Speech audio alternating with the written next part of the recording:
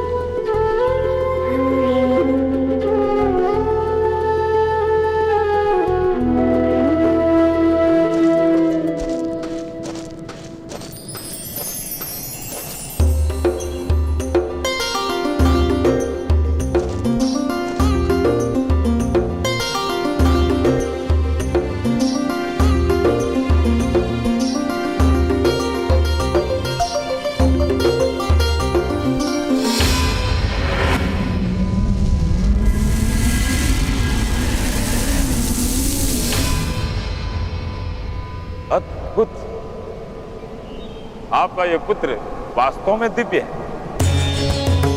धैर्य, सामर्थ्य और आत्मविश्वास का बहुमूल्य संगम है इसके हृदय में। मेरा पुत्र अपने पराक्रमों से इस संसार में अमर होगा शनि। जैसे तुम्हारी दृष्टि मनुष्य को विकट स्थिति में धैर्य सिखाती है, कर्ण का चरित्र मनुष्य को संघर्ष की प्रेरणा देगा।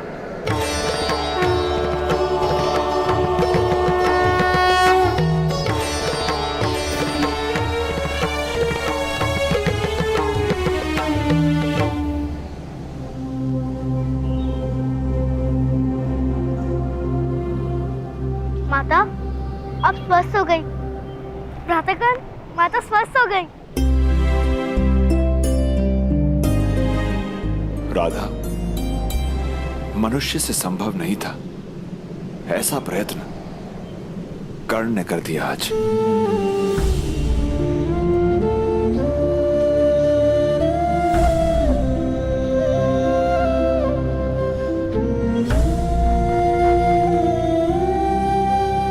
मैंने कहा था ना राधा, कस्तूरी मृग की भांति तुम भी नहीं जानती ईश्वर ने तुम्हें कैसा वरदान दिया है।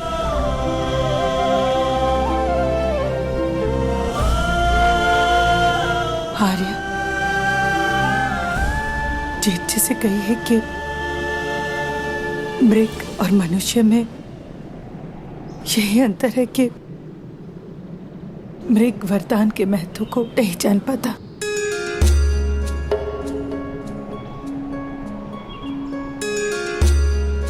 किंतु देर देरी सही मनुष्य इसका महत्व जान जाता है।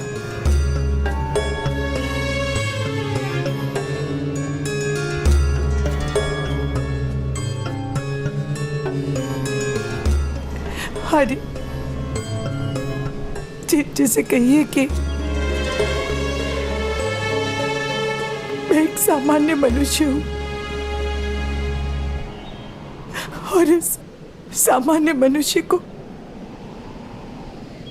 इतने बड़े वरदान का उत्तरदायित्व लेने से भय लगता है।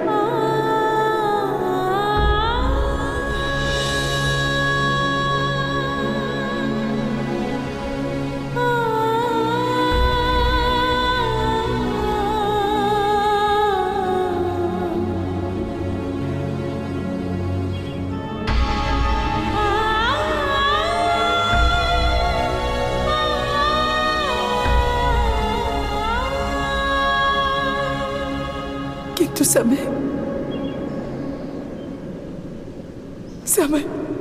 भय से लड़ने की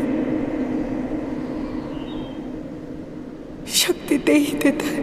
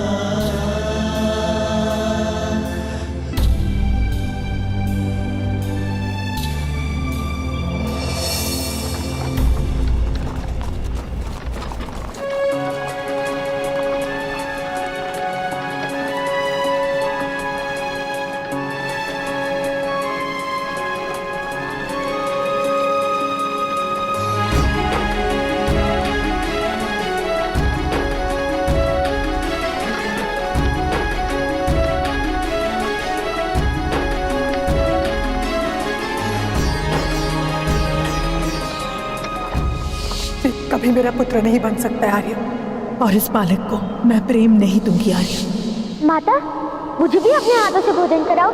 कोई आवश्यकता नहीं।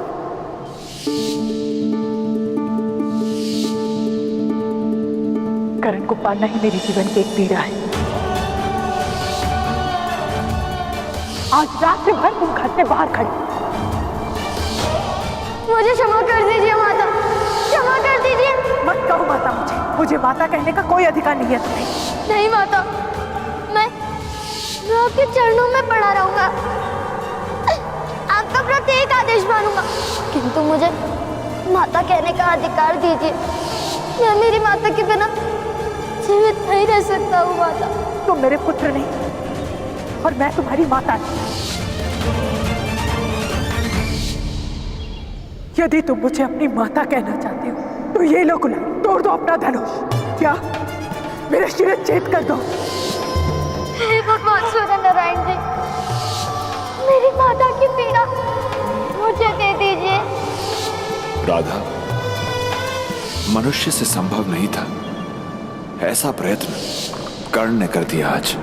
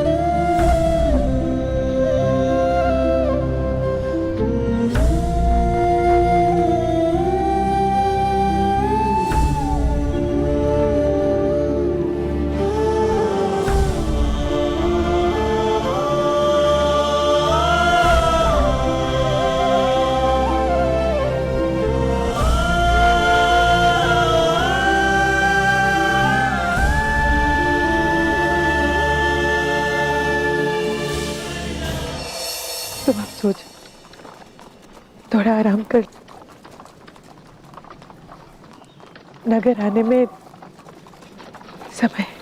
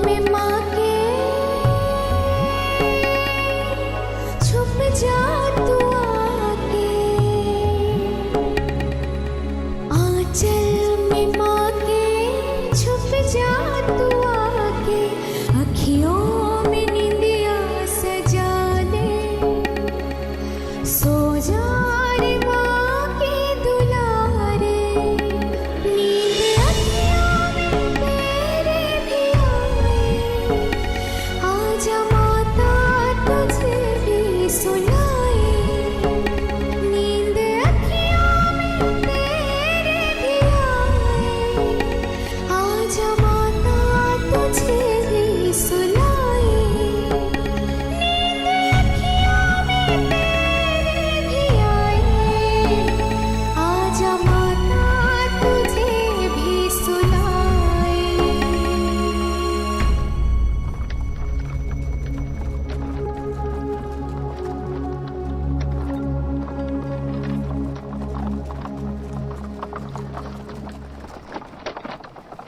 माता, यदि आपकी लोरी खत्म हो गई है तो मैं सो जाऊं? नींद उड़ा दी मेरी आपने गाकर। चुप।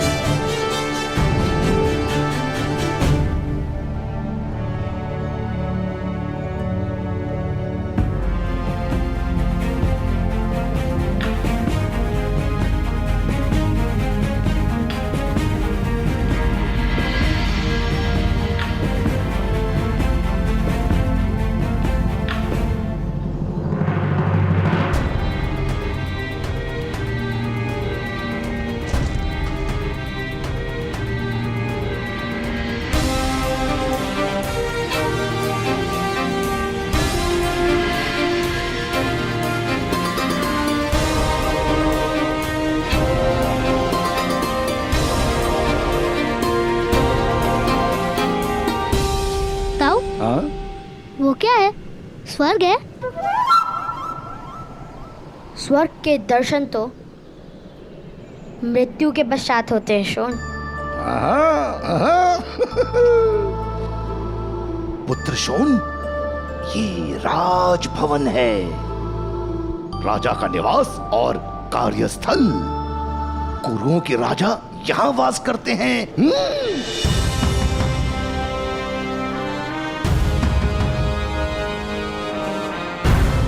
राजा इतने बड़े भवन में रहते हैं तो देवता कितने बड़े भवन में रहते होंगे ताऊ?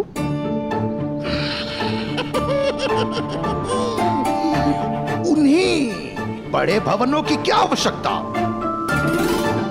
जो अपने आकार से संतुष्ट नहीं होते, वो बड़े भवन बनाते हैं। राजा का भवन राष्ट्र का सम्मान होता है, उसके उसका विशाल होना ही आवश्यक है भ्राताश्री। बालकों को संतोष सिखाइए, संघर्ष नहीं। संतोष सिखाया नहीं जाता धीरथ, संतोष तो स्वयं हृदय में जन्म लेता है। पर तुम कहो तो मैं तुम्हारे पुत्रों को भय अवश्य सिखाऊंगा। भय को पाला नहीं, उसे मार गिराना चाहिए ताऊ। वाह वाह पुत्र, तुमने तो मुझे प्रसन्न कर दिया। तुम्हारा यही भय को मार गिराने का स्वभाव तुम्हें दिव्य बनाता है।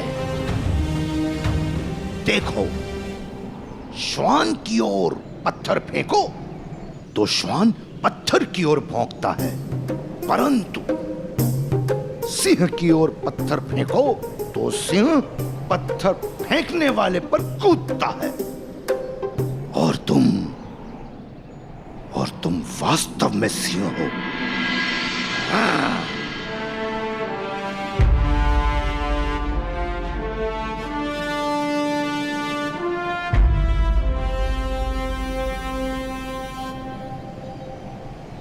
आज इस नगर को तुम देख रहे हो, शीघ्र ही ये सारा नगर तुम्हें देखेगा। नगर जन तुम्हें देखकर कहेंगे, देखो वो जा रहा है अधिरथ पुत्र कर्ण। अधिरथ पुत्र कर्ण,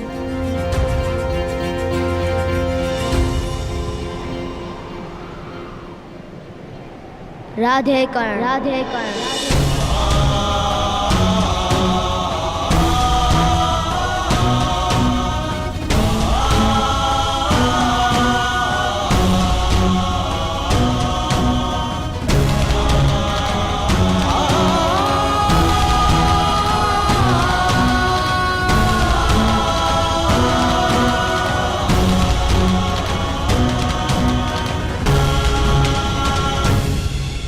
चले, अब हस्तिनापुर में प्रवेश लेने की अनुमति भी लेनी होगी हमें। तुम जाओ, मैं भुगत राम जाकर वृषभान से मिलूंगा। सूतों का वास वही है।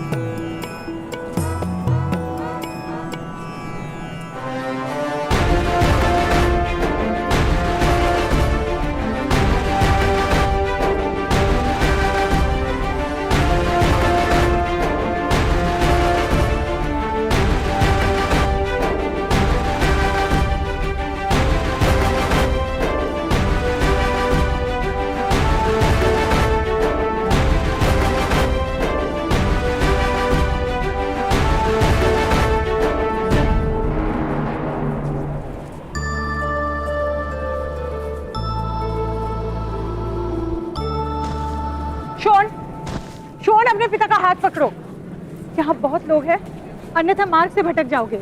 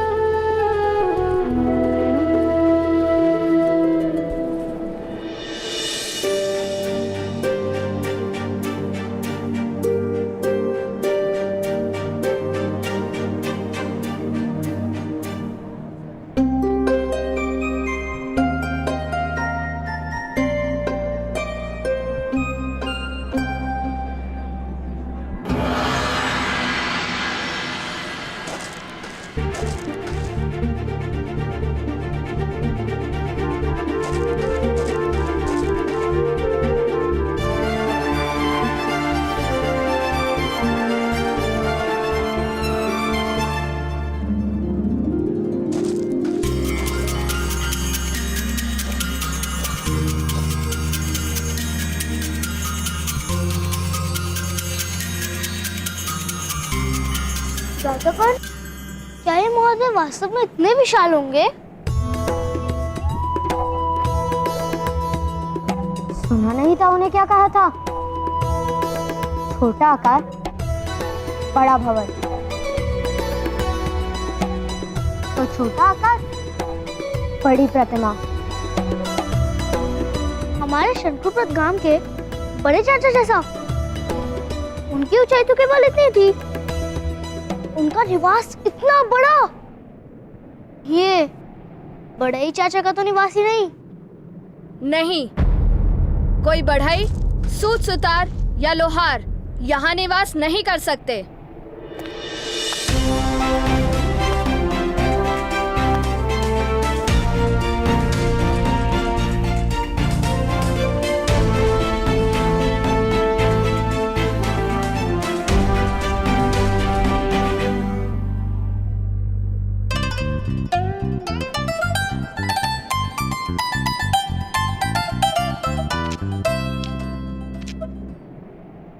राजभवन में केवल क्षत्रिय ही निवास कर सकते हैं। किंतु कैसे जाना जा सकता है कि कौन सूत है और कौन क्षत्रिय? उनके मुख पर क्या कोई चिन्ह होता है? क्षत्रियों के मुख पर तेज होता है और उनके हाथों में शस्त्र होता है। तुम क्षत्रिय हो? नहीं, किंतु इस समय तो तुम भी क्षत्रिय नहीं। तुम्हारे हाथ में शस्त्र जो नहीं और मुख पर तेज भी नहीं, भ्राताश्री। वैसे तुम दोनों कौन हो? पहले तो कभी नहीं देखा। तुम्हारा नाम क्या है? मैं हूँ शोन और ये मेरे भ्राताश्री कर्ण। मेरा नाम सूचीपद है और मेरे पिता सेना नायक मदन जय की सेना में सैनिक हैं। तुम दोनों मदन जय महोदय को तो जानते हो ना? बहुत बड़े वीर हैं वो। अभी अभी आदिवन से 5 वनवासियों को बंदी बनाकर लाए हैं और गांधार के राजा शकुनी के हाथों उनका सम्मान होने वाला है। आदिवन? वहाँ के वनवासी तो पाताल में उतर गए। तुम किस प्रकार जानते हो? हम भी आदिवन से ही आ रहे हैं। वनवासियों ने हमें भी बंदी बना लिया था, किंतु हम मुक्त होकर आ गए। ओह, तब तो तुमने मदन जय महोदय का पराक्रम तो देखा ही होगा। हमारे महाराज धृतराष्ट्र नेत्रहीन है ना, इसलिए मदन जय महोदय अपने पराक्रम के बारे में सुना रहे हैं उन्हें। चलिए भ्राता, हम भी सुनते हैं। नहीं, शोन, शोन, माता ने साथ रहने को कहा है।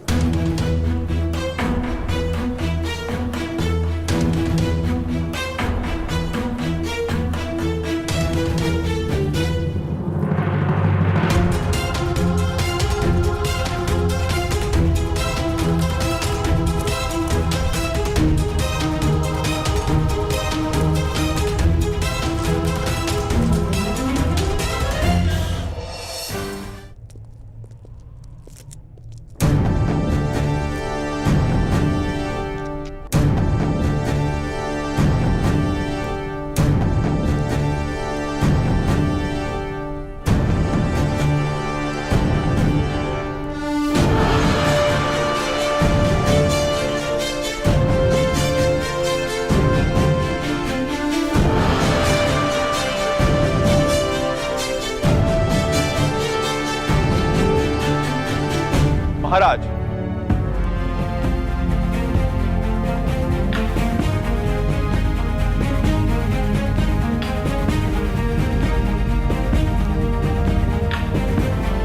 बड़ा विकराल था वो वन।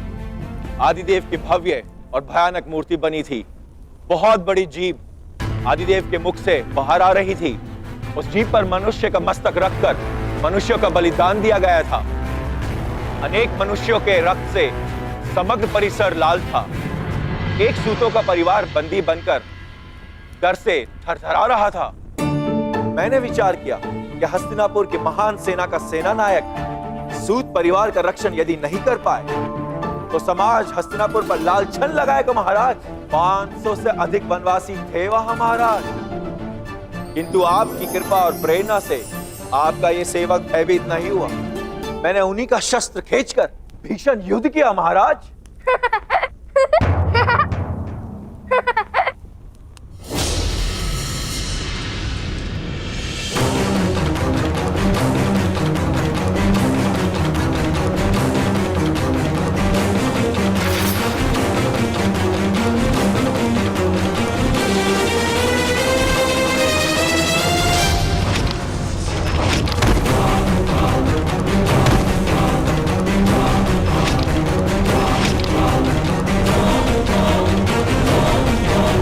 कौन है?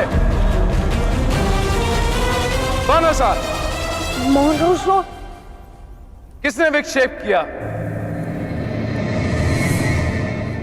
क्षमा कर दीजिए महाराज, मेरा भाई कुछ अधिक हंसता है। मोहन,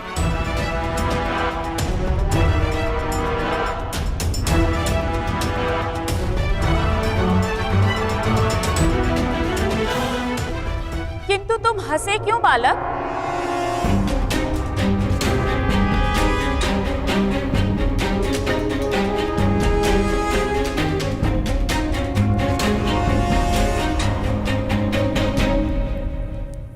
महामंत्री विदुर,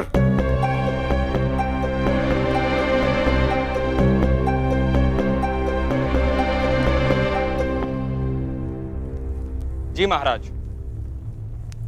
बालकों, महारानी गांधारी ने तुमसे प्रश्न पूछा है, उत्तर दो।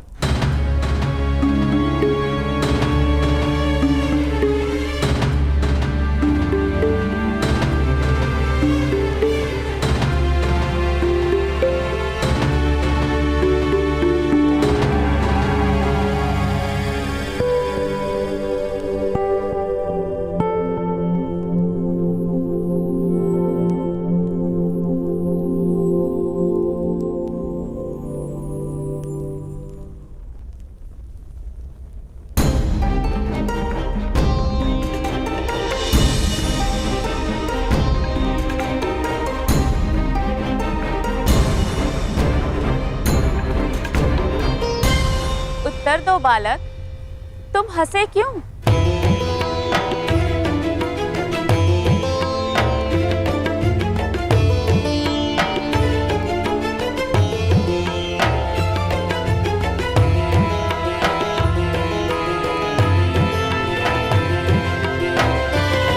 कर्ण, शोर।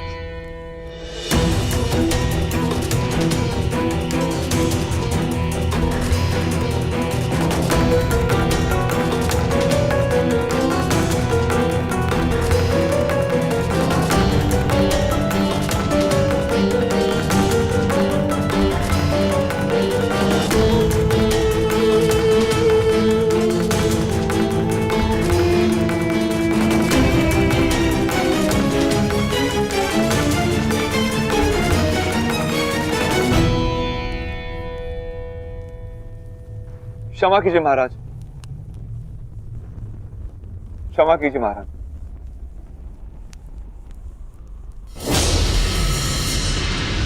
ठहरिए।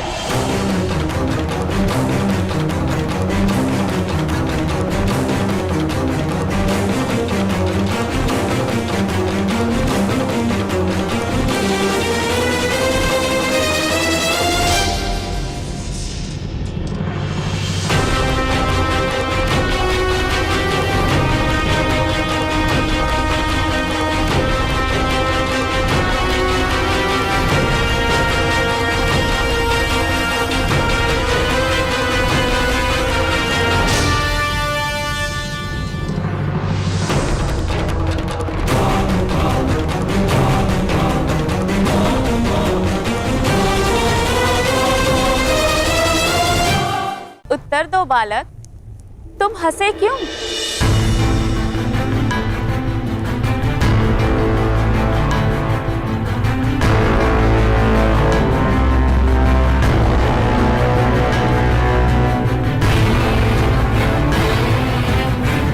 कर्ण, शोर।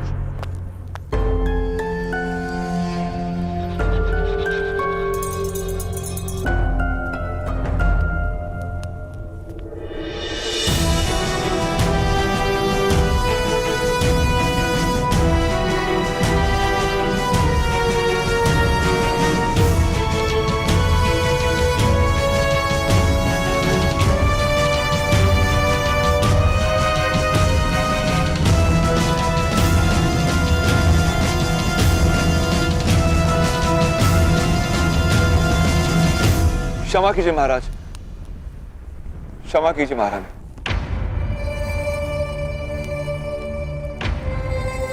चल चल। ठहरिए। महारानी ने प्रश्न किया है, उत्तर दो बालक।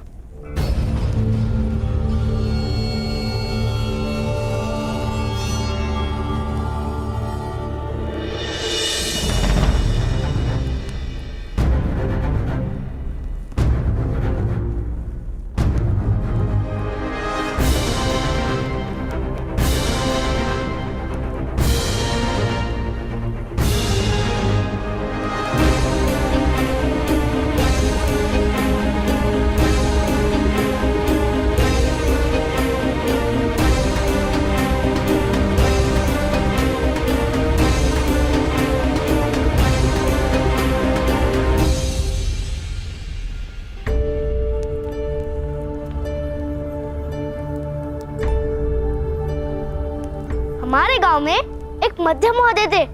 वो सदा कहते थे कि मैंने युद्ध में 100 शत्रु के हाथ काटे और 100 शत्रु के पैर भी काटे। तो मेरे मित्र वास्तव के पिता ने पूछा कि तुमने शत्रु के मस्तक क्यों नहीं काटे? तो मध्य महोदय ने क्या कहा पता है? कि वो तो आराम से ही कटे हुए थे।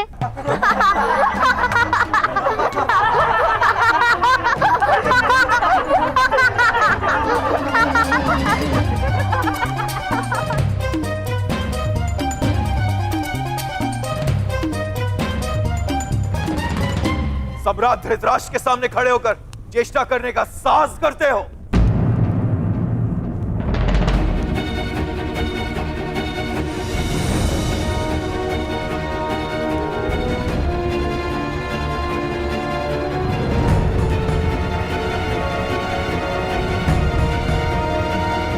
बालक है, उसे हंसने का अधिकार है, किंतु इस प्रसंग का स्मरण क्यों हुआ बालक? क्योंकि ये सज्जन गुफा से बाहर निकले उससे पूर्व मेरे भ्राताश्री ने उन वनवासियों को पराजित कर दिया था।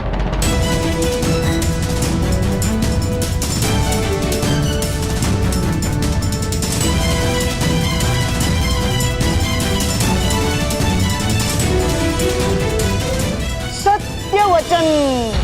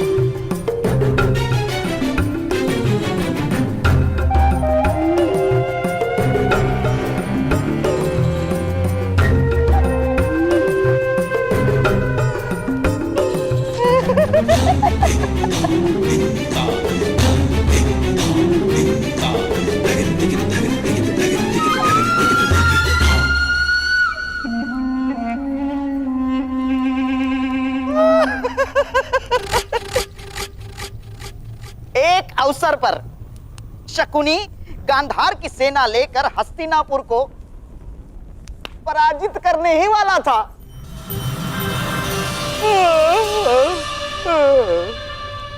किंतु हमारी निद्रा ही टूट गई।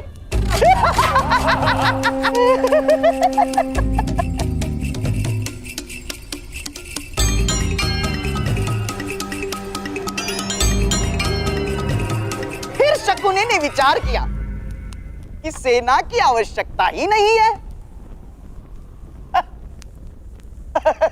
क्यों महामंत्री विदुर?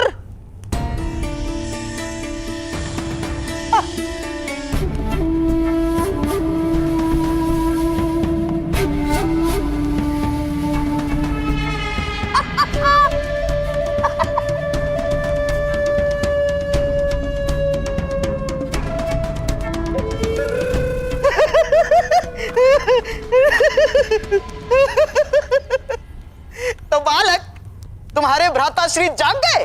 किंतु जो व्यक्ति वास्तव में कार्य कर सकता है उसे स्वप्न देखने की क्या आवश्यकता है? हाँ?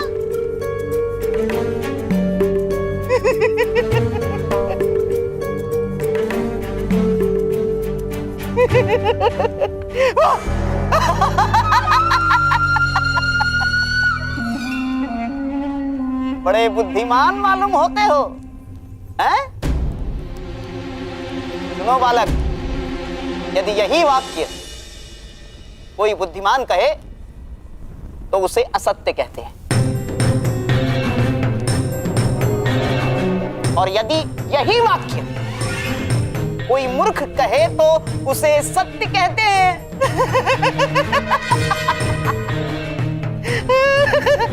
तुम कौन हो, बुद्धिमान कि मूर्ख? मूर्ख अपने आप को मूर्ख नहीं कहता, बुद्धिमान अपने आप को बुद्धिमान नहीं कहता।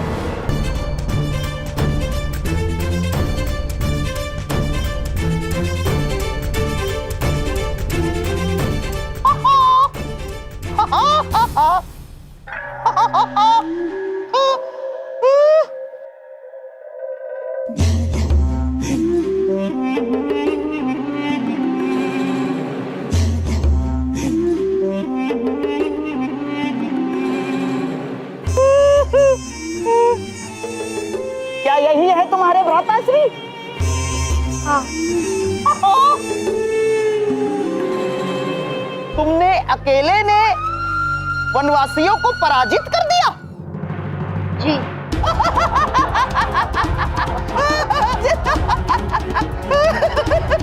अकेले पराजित?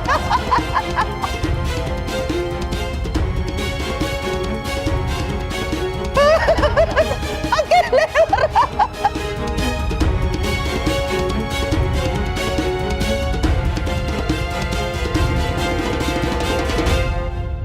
राजा के सामने असत्य बोलने का दंड जानते हो? नहीं, आप बताइए।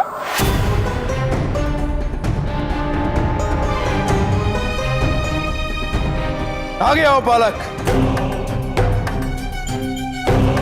तुमने हमारे सेना नायक पर आरोप लगाया है कि उसने वनवासियों को पराजित नहीं किया। यह भयंकर आरोप है। आगे आओ। क्षमा कीजिए महाराज, क्षमा कीजिए।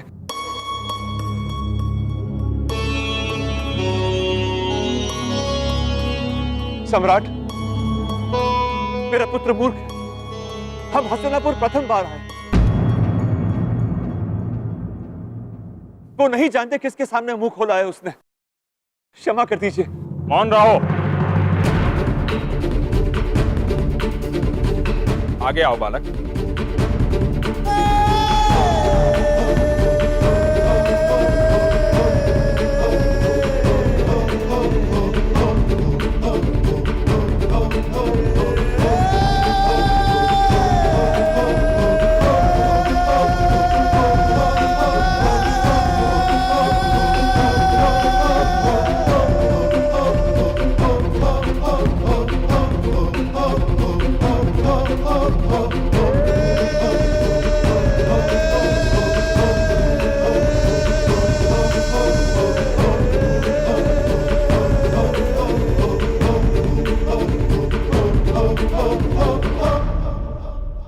यदि तुमने हंसने हंसाने हेतु असत्य बोला है तो महाराज तुम्हें क्षमा कर देंगे। मैं असत्य नहीं कह रहा हूँ। मेरे भ्राता ने उन वनवासियों को धनुष से पराजित किया था।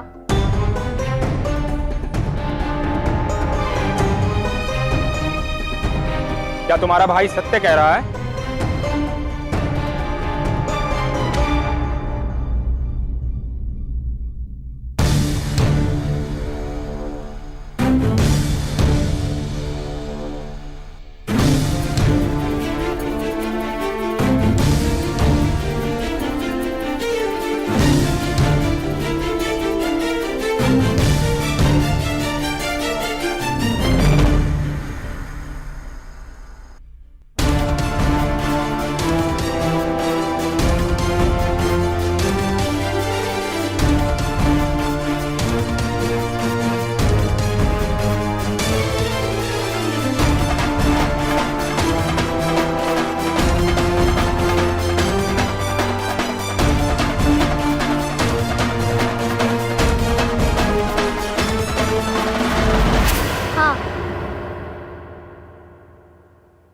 हम कभी असत्य नहीं बोलते।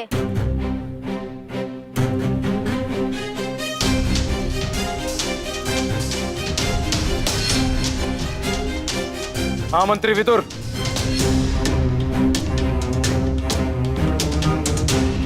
कितने वर्ष का है ये बालक? 9-10 वर्ष का प्रतीत होता है महाराज।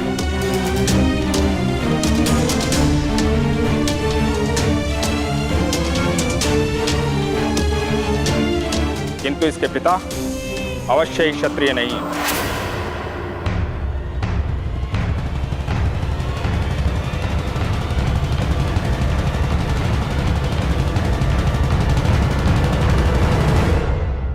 कौन सी जात के हो सज्जन?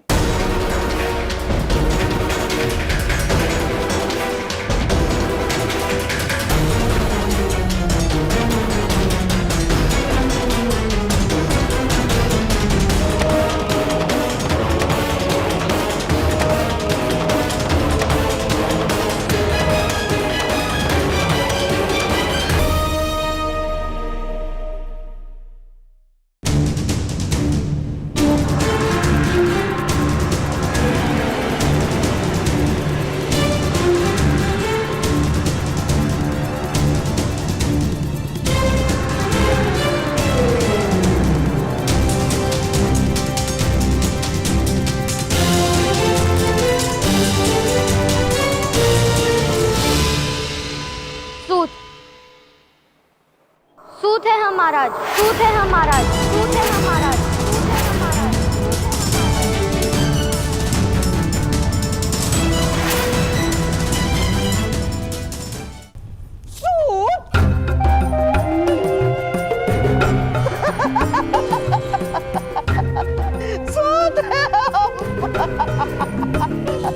सूत है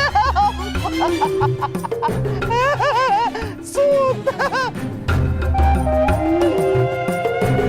महाराज, एक सूत के पुत्र ने धनुष उठाकर वनवासियों को अकेले ही पराजित कर दिया।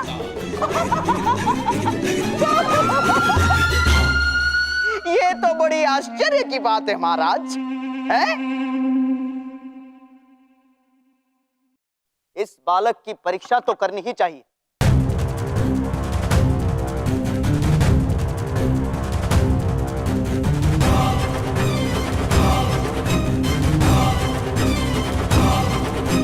जी महाराज।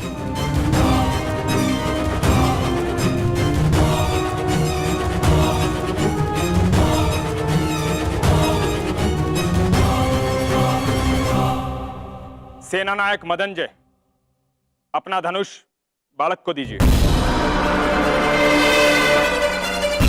किंतु महामंत्री विदुर,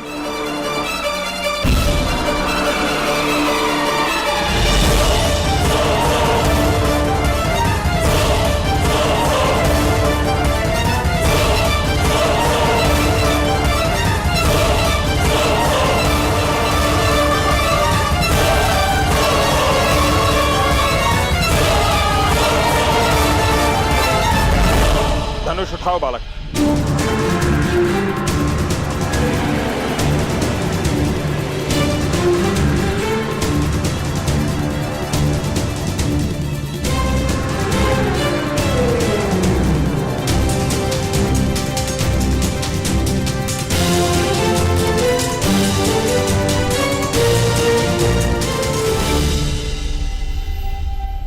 क्षमा कीजिए, मेरी माता का आदेश है कि मैं धनुष को स्पर्श ना करूं।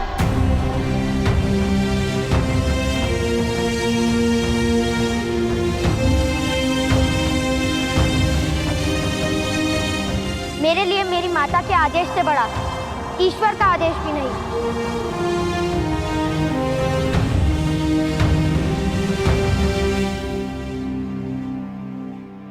तुम्हारा समर्पण प्रशंसा के योग्य है, किंतु महाराज के आदेश के सामने तुम्हारी माता को अपने आदेश में परिवर्तन करना होगा।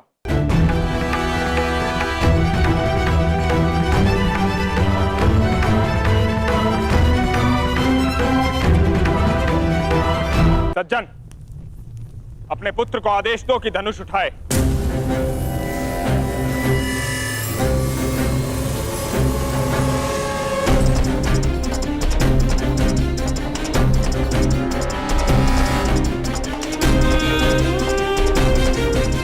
धनुष उठाओ और मेरे हाथों में दो।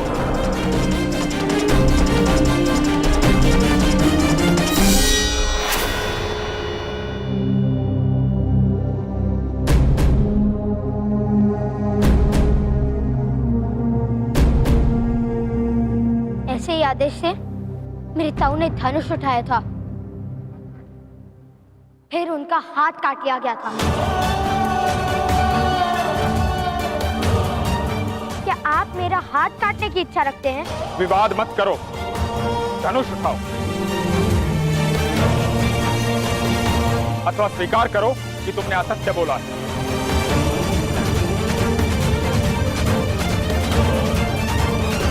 धनुष मैं उठा नहीं सकता और असत्य बोलने का दंड आप मुझे नहीं दे सकते, किंतु मैं जानता हूं दंड मुझे अवश्य प्राप्त होगा, कारण चाहे कोई भी हो। असत्य बोलने का तो दंड मिलेगा। सैनिकों,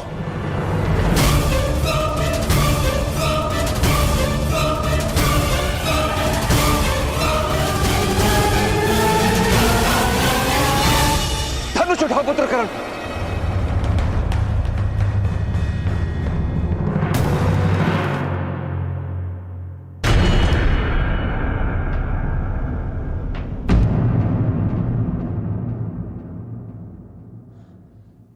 तुम्हारी माता का आदेश है।